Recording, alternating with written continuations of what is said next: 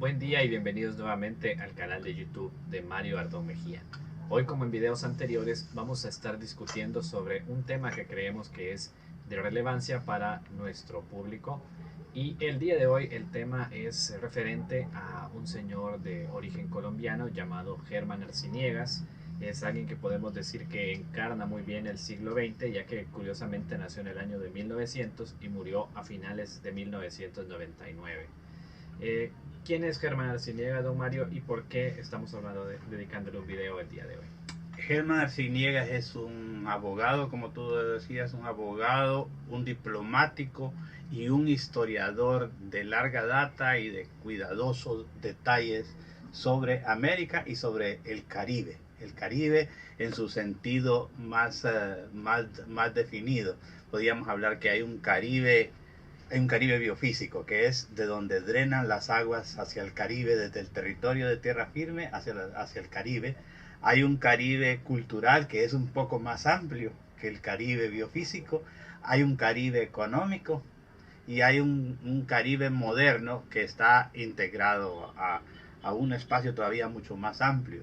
Por ejemplo, en una ocasión hablaban unos investigadores mexicanos donde ellos hablaban del Golfo de México. Y entonces les digo yo, bueno, si ustedes dicen que el Golfo de México no, esa parte, entonces si el Golfo de México no es un gran lago de Estados Unidos, entonces es un Golfo del Caribe. Entonces dicen, no lo habíamos visto desde ese punto de vista. Y don Germán Arciniega nos hace esa historia del Caribe como un mar de 7 colores. Y en esa idea, teje él su historia para hablar sobre el Caribe. Y hay que decirlo, la historia de Germán Arciniegas pues se remonta un poco al pasado y a la isla de Cuba, ¿no? Su bisabuelo, de parte de la mamá, fue Perucho Figueredo, el autor del himno nacional de Cuba, La Bayamesa. Entonces cuéntanos, don Mario, ¿cuáles son estos 7 colores de los que habla Germán Arciniegas? Ese colorido y que si nosotros estamos en algunos puntos del Caribe, en algunos lugares rocosos y podemos ver el horizonte, simplemente nos vamos a las arrecifes hondureños. Podemos ver esa diversidad de tonalidades del Caribe que lo da el tipo de arena, el tipo de vegetación, las profundidades de las aguas. Entonces, y además de esos 7 colores que podríamos ver en tonalidades del, del cristalino hasta el marrón o el oscuro, azul, verde, cosas así, también la fauna que hay, ¿no? Ese montón de peces de colores, de cangrejos, de toda una serie de todo. Por eso es que habla el mar de 7 colores, pero es como una figura para decir lo inmensamente diverso que es el Caribe. Y entonces por eso tenemos ahí ese libro, por ejemplo, grande, que se llama Un continente de 7 colores, donde él pone sus ensayos. Luego, la obra emblemática y con la que yo aprendí a querer a don Germán Arciniegas y a respetarlo, porque él era muy defensor de la visión de Europa, ¿verdad? En América. E incluso cuando uno lo atacaba, porque claro, es como que si los pusiéramos a hablar en mal de nuestros abuelos. Entonces él tenía esa visión de defender la herencia hispánica, la herencia europea. Pero cuando uno lee el libro de don Germán Arciniegas que se llama Biografía del Caribe, uno aprende a quererlo porque juega con el dato, contándonos una historia desde un sentido realista y creíble. Por ejemplo, don Germán Arciniegas en la biografía del Caribe nos hace un recuento desde cuando Cristóbal Colón emprende el viaje a América, donde en el primer viaje solo pudieron darle acompañantes de tripulación criminales. Viene a América, tratan de hacérsela, vienen a América y llevan evidencias de que se podía ir y volver a América. Cuando vuelven, el segundo viaje es un boom, donde toda la gente bien, entre paréntesis, gente que tenía dinero, gente que podía invertir, puso sus navíos, compró, consiguió y se armaron una expedición de 17 navíos que venían hacia América. Como a los 4 o 5 días se dieron cuenta de que el oro y la belleza y todo eso eran insufribles por el clima, por los animales, por todo eso. Total de que regresaron 12 al cuarto, quinto día. Y fueron a decir pestes allá de que esto no era tan fantástico como se había dicho. Total, de que en el tercer viaje, otra vez criminales que querían salvar sus penas y volvieron a acompañar. Cuando en el tercer viaje fue muy mal, Colón regresa muy mal e inician el cuarto viaje. Y para el cuarto viaje ya ni criminales, sino niños, incluido su hijo. Entonces, vemos esa historia que tiene cierta como secuencia, cierta cadencia, ciertos impases. Y luego en ese libro él también hace una descripción preciosa de un viaje que se hace por los ríos, se baja por los ríos, se llega al Caribe y luego hay un viaje que hace con un tipo que parece que dicen que fue el único amigo de Colón, que se llamaba Méndez. Entonces Méndez, cuando quedan encallados en el Caribe, Méndez se encarga de ir a avisar a tierra a Dominicana, pues sí, a ir a la isla española en una canoa. Y entonces con unos indígenas, este señor cruza y logra pedir auxilio. Y entonces el tipo quedó tan convencido de la versatilidad de la canoa de los indígenas americanos que dice que cuando él muera, tallen una canoa de piedra y le pongan en vez de su nombre canoa. O sea, es como una historia bien fantástica. No creo que exista, voy a saber. Pero ese es como un deseo, un último deseo de Méndez en honor a la canoa. Entonces, ¿el enfoque de este señor es más histórico o geográfico? En la biografía del Caribe es un enfoque muy minucioso de trabajo histórico que nos narra una historia del Caribe. Y luego la historia del Caribe lo acompañará a don Germán Arciniegas por toda su vida.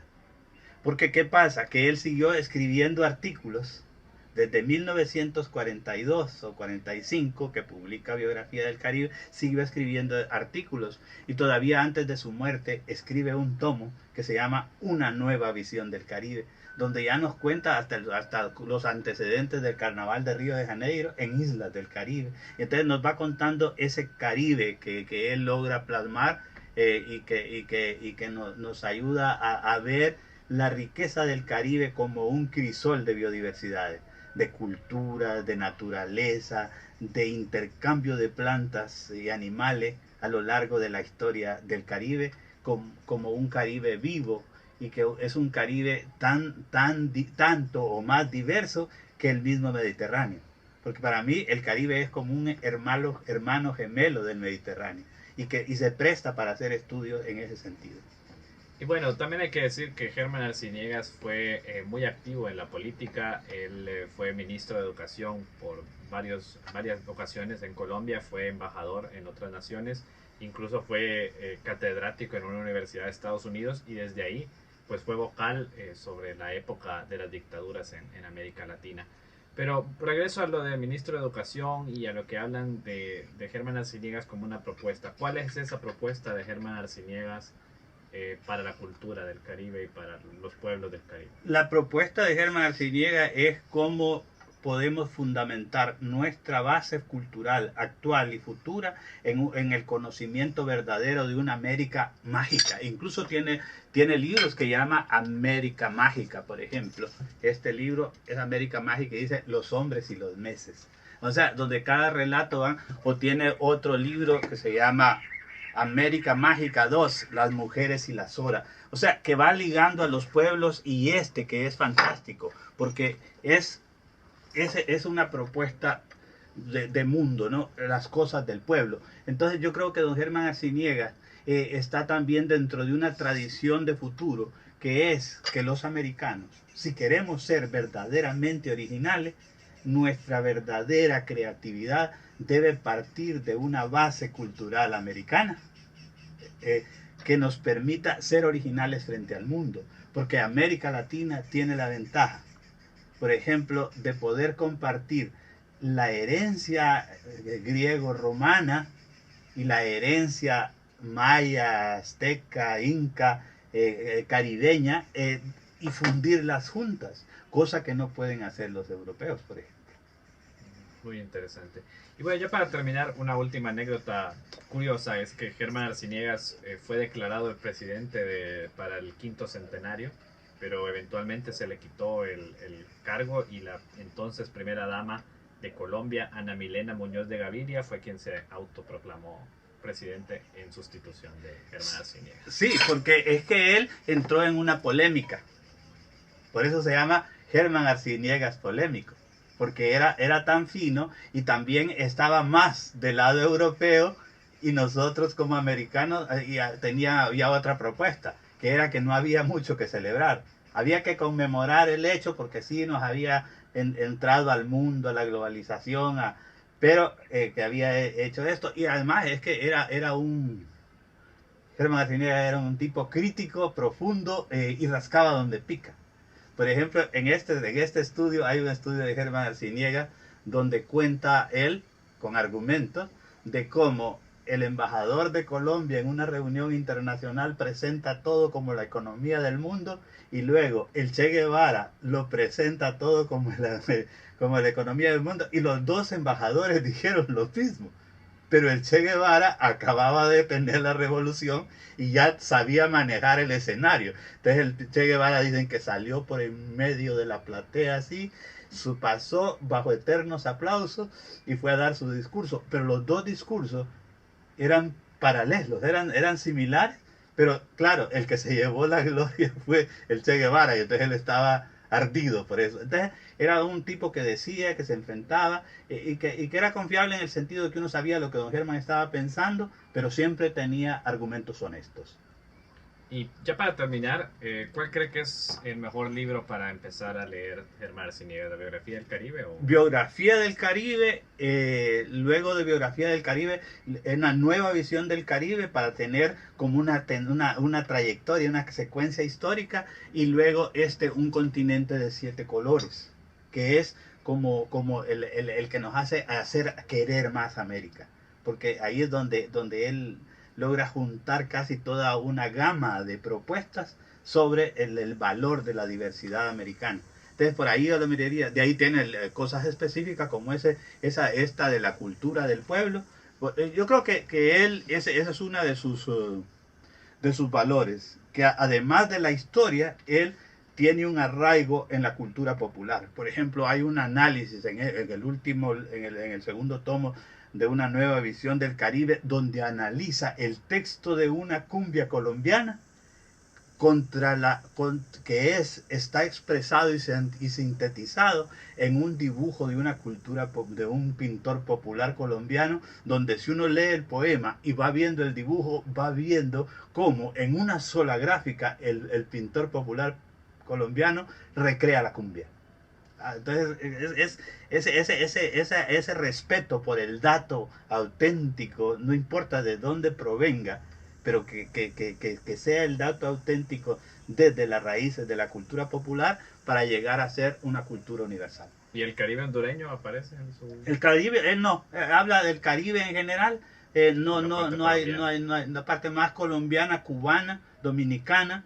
Es la que y algunas islitas, por ejemplo, cuando él visita islas como Trinidad y Tobago, como Bonaire, Curazao, visita las islas, entonces él busca datos y cuenta cosas de datos que investiga. Por ejemplo, en una de las islas del Caribe, no recuerdo ahorita cuál de ellas fue, se presume de que a ellos fueron los pioneros en hacer el primer carnaval con esa visión exótica y exuberante del Caribe. Incluso habla de que ese gestor de carnaval en una isla del Caribe hizo la primera recreación de un arrecife del Caribe dentro de la propuesta de carnaval. Muy interesante. Imagino que datos interesantes como los que nos acaba de contar abundan en la obra de Germán Arciniegas, y realmente parece que es algo muy interesante para todos los que amamos y apreciamos nuestro continente y nuestra región. Así que bueno, Mayordón, eso es todo por el día de hoy. Esperamos les haya gustado el video y puedan dejar sus comentarios, puedan también compartirlo en redes sociales y suscribirse al canal y darle al me gusta si así ha sido agradable este video para ustedes. Eso es todo por el día de hoy y los esperamos en siguientes videos. Muchas gracias. Diego.